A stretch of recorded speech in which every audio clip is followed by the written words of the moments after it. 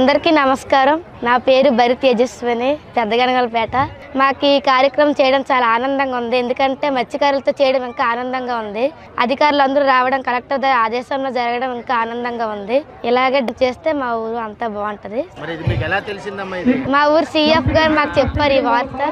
అలాగే టీవీలో కూడా చూస్తూ మేము ఇక్కడికి వచ్చాం ప్రోగ్రామ్ కి. సర్పంచ్, ఎంపీటీసీ వాళ్ళు అందరి వల్ల తెలుసుకొని ఇక్కడికి వచ్చామండి. చాలా ఇది తప్పక రోజు పాటిస్తాం. మా ఊర్లో జరగడం చాలా ఆనందంగా ఉంది. మత్స్యకారులతో చేయించడం ఇంకా ఆనందంగా ఉంది సార్. దీనివల్ల మీ కుటుంబానికి ఏం ఉపయోగపడుతుంది అంటే ఆరోగ్యంగా ఉంటారు, చెడు బానిసలకు అలవాట్లు కాకుండా మంచిగా ఉంటారు, హెల్త్ కూడా బాగుంటుందని అనుకుంటున్నాను. దీన్ని అంతర్జాతీయ యోగా దినోత్సవం ఎప్పుడు జరుపుకుంటారమ్మా?